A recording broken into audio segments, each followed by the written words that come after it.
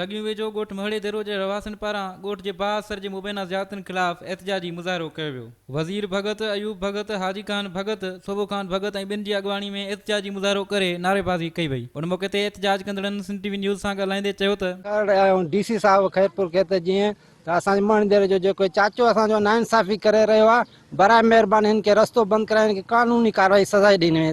रस्तो 5 ॾींहंनि खां बाअसर माण्हू बंदि कयूं वेठो आहे ऐं उन खे गैर सियासी माण्हुनि जी सपोर्ट आहे ऐं मस्जिद जो बि रस्तो बंदि आहे। असांजी अपील आहे SP खैरपुर खे, SHO सोबोदरे खे, चौकी इंचार्ज सगियूं खे बराए महिरबानी मस्जिद ऐं पूरे ॻोठ जो रस्तो जल्द खां जल्द खोलियो वञे। डीसी खे अपील था कयूं त तव्हां सरज़मीन ॾिसी असांजो मसइलो हल कयो, न त हे माण्हू नाजाइज़ आहे जेको नुक़सान करणु चाहे। एहतजाज कंदड़नि मुतालबो कयो त मामले जो नोटिस वठी बासर ख़िलाफ़ कार्रवाई कई वञे। कैमरामैन शाहिद सियाल सां गॾु भक्त सियाल, सिंध टीवी न्यूज़, सगियूं।